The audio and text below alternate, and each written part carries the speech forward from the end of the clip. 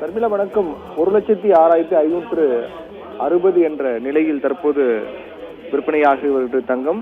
தொடர்ந்து இந்த போர் பதற்றம் இருக்கக்கூடிய நிலையில் ஒவ்வொரு நாளும் தங்க விலை ஏற்ற இறக்கங்களை கண்டு வருவதை பார்க்கின்றோம். அதன் தொடர்ச்சியாகவே இன்றைய நாள் கூட இரண்டாவது முறையாக தற்போது மாற்றம் ஏற்பட்டிருக்கிறது.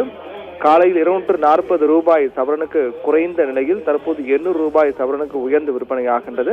அதன்படி காலையில் 240 ரூபாய் சவரனுக்கு குறைந்து ஒரு சவரன் தங்கம் 1,05,760 ரூபாய்க்கு விற்பனையானது. தற்போது அதில் மாற்றம் ஏற்பட்டு 800 ரூபாய் சவரனுக்கு உயர்ந்திருக்கிறது.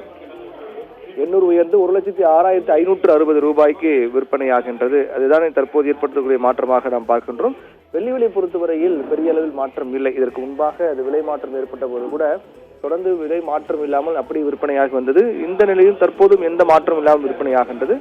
இந்த போர் பதற்றம் உச்சத்தில் அடைந்து கொண்டிருக்கூடிய நிலையில் அதனுடைய தாக்கம் தங்கம் விலையிலும் எதிரொலிக்க தொடங்கியிருப்பதை தான் பார்க்கின்றோம். அதன் தொடர்ச்சியாக தான் 3 முறை 8ஆம் தேதி என்று தங்க விலையில் மாற்றம் ஏற்பட்டது.